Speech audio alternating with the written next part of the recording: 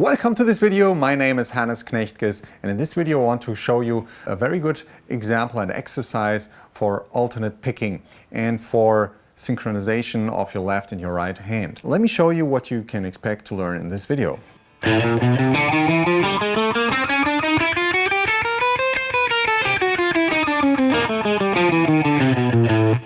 So this seems like a pretty weird and crazy scale, but it actually is just something that I want to give to you so you can really focus on the alternate picking, which means just hitting the strings down, up, down, up, down, up, down, up. No matter what comes, always down, up, down, up. This is just rule number one. And second is that you can focus on the synchronization of your fingers with your pick, that you always get down with the finger on the fret, on the string, in the very right moment. And you can train that on one string for the beginning. You can do that everywhere on the neck, it doesn't really matter, it's just a finger exercise.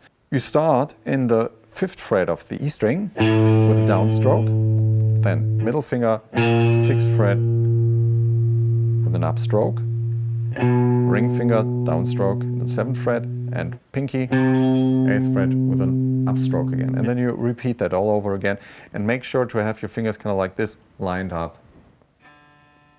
Down,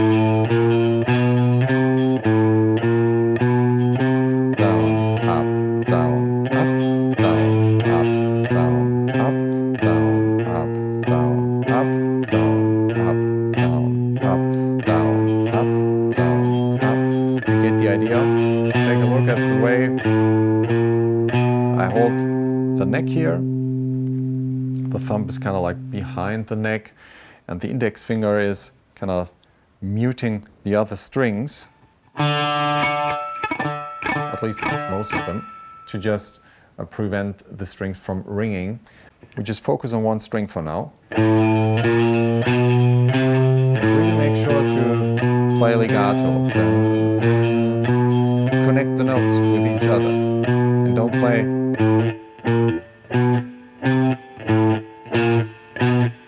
So rule number one, try to stay on the note as long as possible.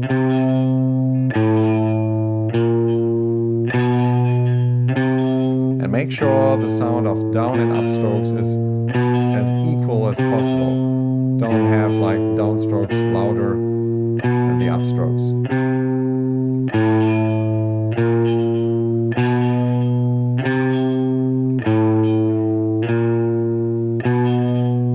Then you take two strings, the E and A string. You also have the same frets going on, 5, 6, 7, 8, and then again to the E string.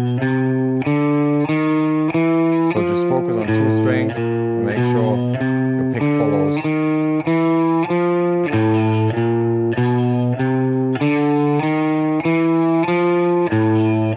And do it maybe a little bit slower, and really make sure your sound is good.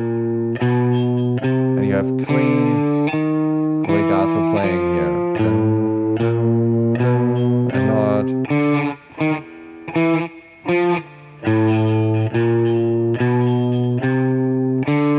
Then we take 3 strings. We go to the D string and then start from the top. Then we take 4 strings. We go onto the D string, the G string, sorry.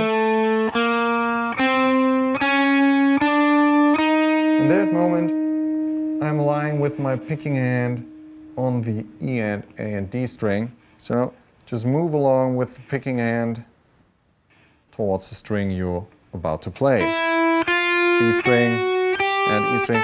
You can see how my hands are moving together. Okay? And that way you can make sure that you have a clean picking technique. If you go, and always the same sound when you move along, if you're just staying here all the time,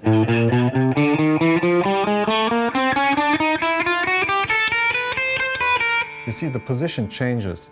On the high E string I'm picking like this. It's a totally different angle with the pick than it is on this string. So if you want to have a steady sound, just move along, and that way you can also damp and mute the strings easier that you want to mute. And now we're doing it up. And back. So we land here on the high E string.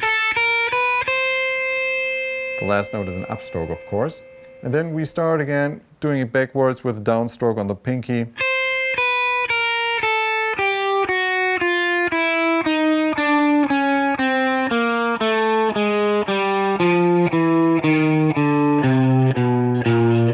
And for now, it's not about speed.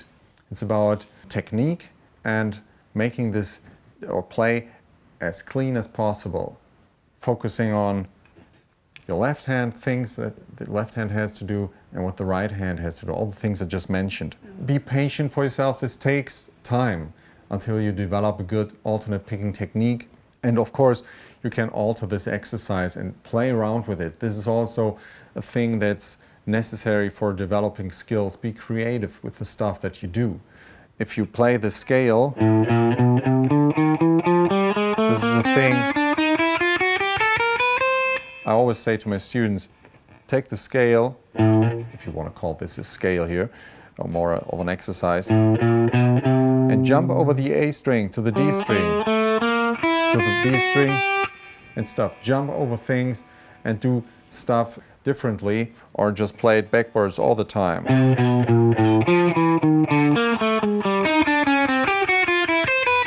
You start on the pinky and go up the neck. You get the idea. Do creative stuff, but the most important thing is to do it clean. Develop a good technique. Always take a look at what your hands are doing. This is so important. You have to control yourself, no matter if you have an online or offline teacher. When you're sitting at home, really check for yourself what you're doing.